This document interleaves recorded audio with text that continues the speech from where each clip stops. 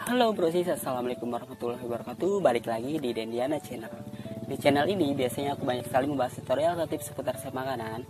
Jadi buat kalian yang baru bergabung atau baru menemukan channel ini, setelah nonton video ini kalian bisa cek video aku sebelumnya. Siapa tahu ada informasi yang bermanfaat buat kalian semua. Dan kali ini aku lagi mencoba buat bacain salah satu DM atau pertanyaan yang masuk ke salah satu aplikasi sosmed aku yang isinya, dengerin ya, Kak, apa sih tips atau makanan di era new normal atau pandemi seperti ini yang murah tapi menyehatkan? Makasih ya Kak atas bahasannya. Oke, aku coba jawab ya. Tapi sesuai dengan apa yang emang aku lakuin sehari-hari. Jadi tanpa mengada-ngada atau tanpa rekayasa atau settingan. Dan di sini aku juga coba sharing ya. Coba sharing tentang apa yang sebenarnya gaya hidup aku, atau lebih jelasnya untuk hal makanannya. Oke, jadi seperti ini. Oke brosis, aku coba jawab ya. Tapi sesuai dengan gaya hidup yang emang sebenarnya aku jalani sehari-hari, khususnya untuk makanannya. Dan tidak dibuat-buat, tidak mengada-ngada ataupun settingan. Karena di era seperti ini tuh sudah bukan eranya lagi kita jajanan atau makan-makannya sembarangan di luar sana. Kita cukup beli bahan-bahannya saja dan kita olah secara higienis di rumah masing-masing. Jadi di sini aku coba jawab sesuai dengan emang pengalaman aku pribadi ya. Jadi tanpa panjang lebar lagi, yuk simak tips dari aku berikut ini ya. Tapi sebelum nonton video sampai habis, seperti biasa jangan lupa buat klik komennya ya, supaya kalian bisa masukkan tanggapan kalian tentang video ini, ataupun jika kalian yang suka, klik tombol like-nya dan share ke sosial media kalian ya, supaya lebih banyak orang yang lain tahu tentang tips dari aku ini. Oke, simak step berikut ini.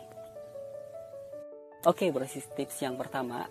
Dan sebelum ke tips yang pertama, di sini juga aku coba bandingin ya, era yang dulu, gaya hidup yang dulu dengan cara atau tips berbagi resep makanan di era yang zamannya sekarang, di era new normal ini. Oke, yang pertama dimulai dari makanan pas sarapan dulu dan sekarang. Kalau dulu itu jujur ya, dulu itu buat kita nih ya yang ekonomi kelas bawah lah, kalau dulu itu biasanya pagi-pagi itu minumnya kopi dan juga beli nasi uduk. Kalau enggak di makanan yang bubur dan segala macamnya itu yang di luaran di pasar-pasar sana. Tapi kalau sekarang itu mau tidak mau harus berubah. Berubahnya dengan apa? Untuk minumannya biasanya aku dengan teh manis. Jangan disangka kalian itu teh manis itu buruk buat kesehatan. Ambil sisi baiknya aja menurut aku ya. Teh manis itu baik-baik aja.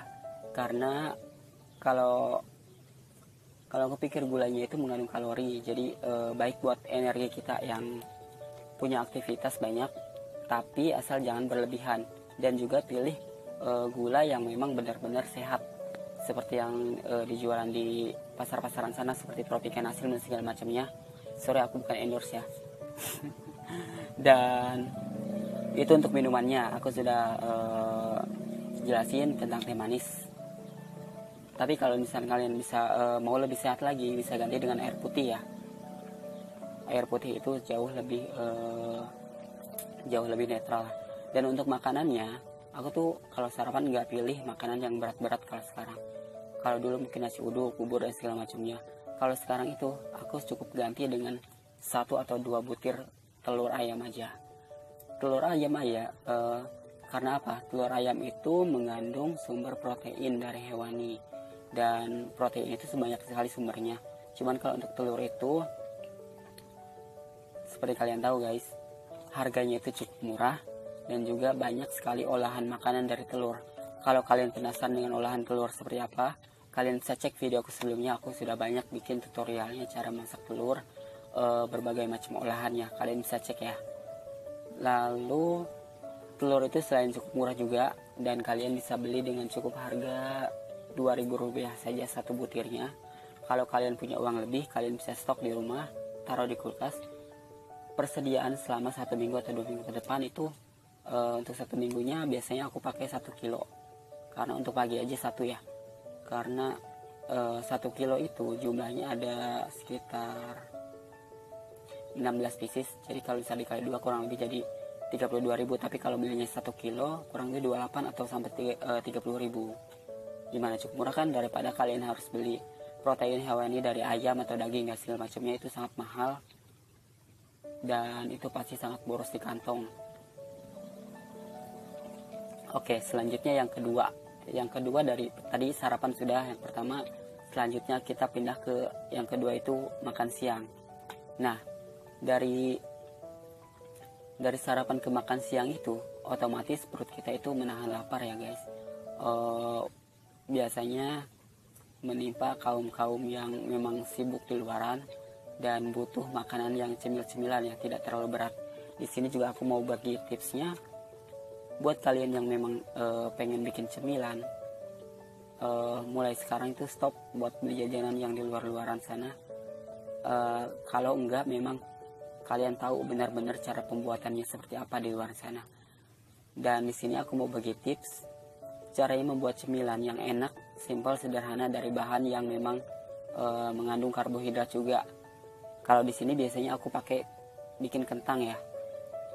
Kentang itu seperti kita tahu semua bisa kita olah dengan berbagai macam juga cemilan, seperti french fries. Kalau kalian mau yang kukus bisa dengan mashed potato, kalian bisa kalau mau yang panggang-panggang bisa dengan baked potato dan lain macamnya. Banyak sekali olahan dari kentang dan itu bisa buat menemani waktu-waktu luang seperti di antara sarapan ke makan siang. Oke, lanjut ke makan siangnya ya. Tadi yang kedua, makan siangnya juga aku di sini. Kalau dulu makan siangnya itu kalian tahu guys, piring, nasi dan lauk segala macamnya. Kalau dulu ya, kalau sekarang itu aku dengan nasi secukupnya. Terus lauknya itu ya baik lagi ke sumber proteinnya. Aku cari sumber protein yang memang benar-benar murah, simpel dibuatnya. Kalian tahu apa? Makanan yang serbaguna, yang merakyat sekali. Kali ini aku pakai sumber protein yang dari nabati. Kalian apa tahu? Ya, tempe. Tempe itu ya, selain harganya murah, gampang diolah, tempe juga mengandung banyak protein dan juga kalsium, tinggi kalsium. Jadi tempe ini banyak banget dikonsumsi orang-orang. Dan tempe ini sangat baik sih buat kesehatan juga. Dan daripada tempe juga bisa diolah, kita bisa kreasikan dengan olahan yang kita bisa dibuat di rumah. Buat kalian yang memang kebingungan cari olahan tempe, salah satunya aku punya tips. Di video aku sebelumnya sudah aku bikin tutorialnya cara mengolah tempe, cara memasak tempe dengan kreasi resep dari aku. Kalian bisa tiruin di rumah masing-masing ya. Oke, dan selanjutnya yang terakhir atau yang ketiga, biasanya aku makan malam nih. Makan malam itu aku usahain 1 jam sebelum tidur ya. Jangan 5 menit sebelum tidur kita makan dulu. Nanti 1 atau 2 hari ke depan berat badan kalian naik guys. Oke, yang ketiga ini aku mau berbagi tips. Ini versi aku ya. Makan malam biasanya balik lagi sih ke sumber proteinnya. Kalau tadi pagi sudah telur, siang tempe, kita bosen dong. Nah, kita bisa pilih ke sumber protein yang lain. Aku juga masih pakai sumber protein nabati, tapi berubahnya itu dari tahu. Ya, tahu juga banyak loh sumber proteinnya karena bersumber dari kacang kedelai juga, sama seperti tempe. Cuma tahu itu lebih halus, lebih lembut, dan si sumber proteinnya juga itu walaupun tahu itu sumber proteinnya agak sedikit karena sudah mengalami beberapa macam pengolahan ya, dari kacang kedelai dan sampai jadi tahu itu banyak sekali prosesnya. Jadi alangkah lebih baiknya kalau kalian mau cari sumber protein dari tahu itu, makan tahunya lebih banyak ya kan. Nah, dan olahan tahu juga sama seperti halnya tempe, kita bisa olah dengan berbagai macam kreasi. Dan di sini sayangnya aku belum pernah bikin resep atau tutorial cara memasak tahu dengan kreasi. sepertinya aku coba mau bikin juga nextnya. Dan untuk temennya biasanya aku pakai nasi. Nah, nasinya ini kalau kalian bosan dengan nasi putih, aku punya opsinya. Kita bisa ganti dengan nasi beras merah ataupun nasi beras hitam kalau misalkan kita memang punya uang lebih. Tapi kalau misalnya enggak, ya nasi putih juga bisa, tapi porsinya agak lebih sedikit ya. Oke. Nah, proses itu semua tadi tips simple sederhana dari aku. Kalau ada yang kurang dengan tips dan resep kali ini, silahkan kalian masukkan di kolom komentar ya.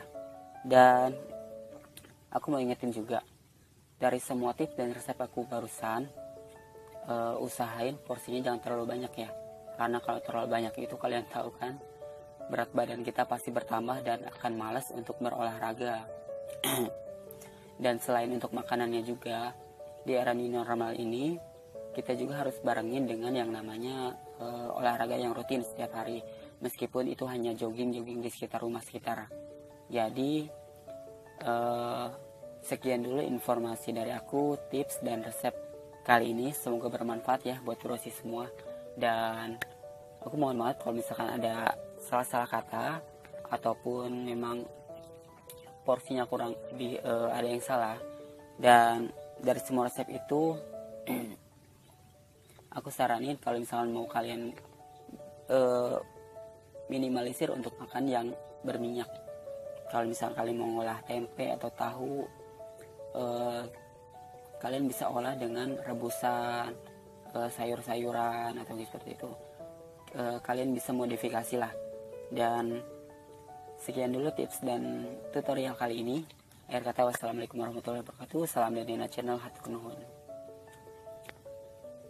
Brosis, selain makanan-makanan yang tadi aku sudah jabarkan, tips dan resep kali ini, dan semoga yang DM ke aku itu sudah terjawab ya pertanyaannya.